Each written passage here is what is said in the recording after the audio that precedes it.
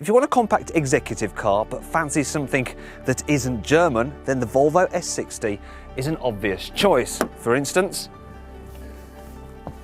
there's lots of space back here really. I'll just shuffle over to show you.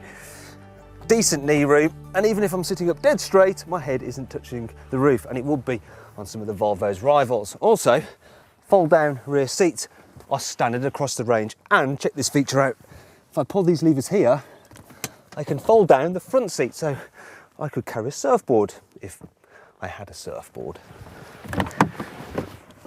There are some nice features here in the front too. We've got Volvo's stylish trademark floating centre console, which houses all the major controls. And the key buttons, they're all very big so that you can operate them while wearing a glove, which is handy in freezing Sweden. Although in the UK it means that they're easy to locate while you're driving along. I like the parking permit holder, which is nice and handy. Electronic parking brake as well. And there's lots of decent cubbies dotted around the cabin.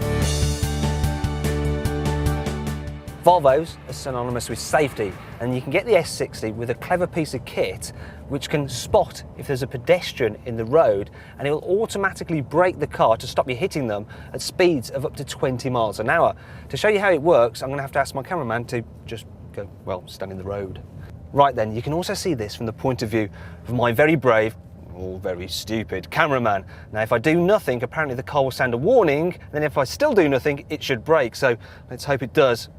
Oh.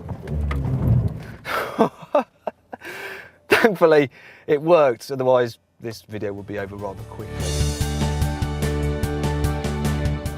As well as safety, Volvos are also famous for being really comfortable, and the S60 is no exception. I mean, it's really quiet, it's really refined, and these seats, they're almost as comfy as those in my lounge. But what you don't expect from a Volvo is for it to be engaging to drive, but the S60 is the most dynamic Volvo ever.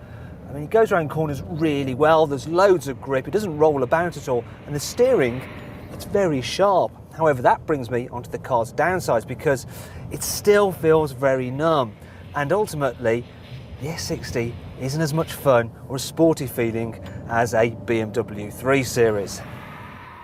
Another thing is that while the suspension is quite compliant and soft, is that when you're on a rough road, it does start to jiggle about a bit, it doesn't seem to settle. And I'm also going to have a moan about the fact that while the cabin is well built and most of it is stylish, the top half of the dash looks a bit old-fashioned.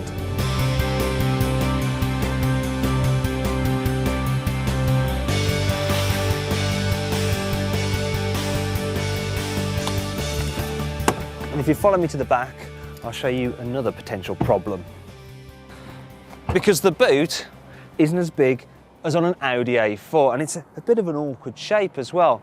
And then if you're the kind of person who thinks image is important, there's no getting away from the fact that a Volvo is not quite as desirable as a Mercedes, and as a result, the S60 probably won't hold its value quite as well as a C-Class. That said, it's quite a bit cheaper to buy in the first place, and overall, it really is a credible alternative to the Germans.